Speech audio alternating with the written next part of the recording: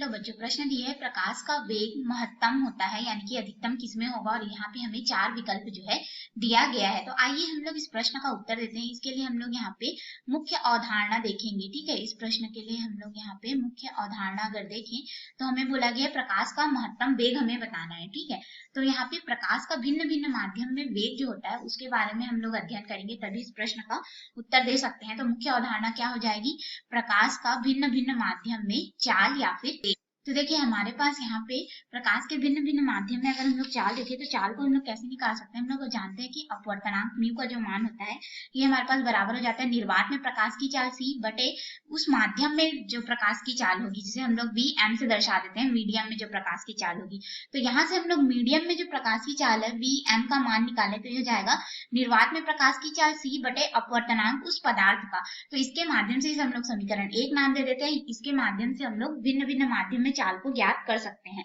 तो देखिए हमारे लिए यहाँ पे अगर हम लोग देखें तो अपवर्तनांक अगर वायु का लेंगे तो म्यू ए से दर्शा देते हैं, तो ये लगभग हमारे पास 1.003 यानी कि 1 होता है। ठीक है, निर्वात वैक्यूम के लिए भी हमारे पास यहाँ पे अपवर्तनांक v से दर्शा देते हैं, ये भी हमारे पास लगभग एक ही होता है पूरी तरह से हमारे पास।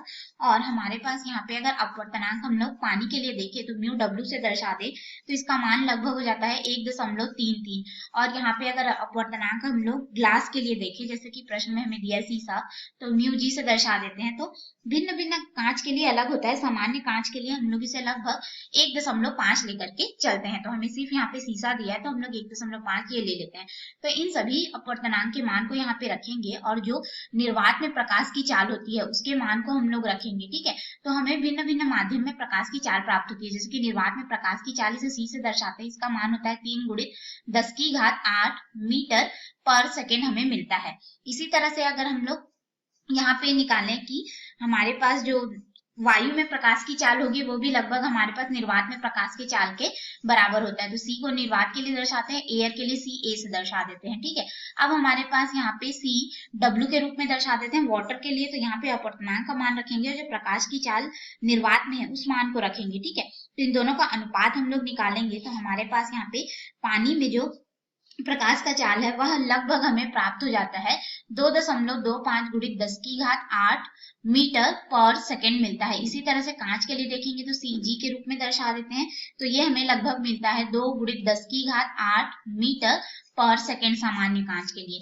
तो अब इसके अनुसार अगर हम लोग देखें तो महत्तम किस में होगा, देखो निर्वात और वायु में 3 गुणित 10⁸ मीटर प्रति सेकेंड है। अगर हम लोग हवा में देखें तो हवा का थोड़ा बहुत प्रतिरोध होता है जिसकी वजह से ये 2.998 इस तरह से आता है, तो थोड़ा सा कम होता है जिसको हम लोग लगभग 3 के बराबर ले लेते हैं। ठीक है, तो यहाँ पे अगर हम लोग हमें अगर ऑप्शन में निर्वात दिया हो तो जैसे कि यहाँ पे विकल्प में आएंगे तो देखिए विकल्प में हमें ऑप्शन में पहले ए में दिया है हवा, तो हम लोग हवा का इसलिए नहीं लेंगे, हमने लगभग के रूप में इसे मान लिया है। ठीक है, लगभग के रूप में इसे दर्शा देते हैं। वैसे 2.998 गुणित 10⁸ मीटर होता है, तो हमारा ए ऑप्शन सही नहीं होगा।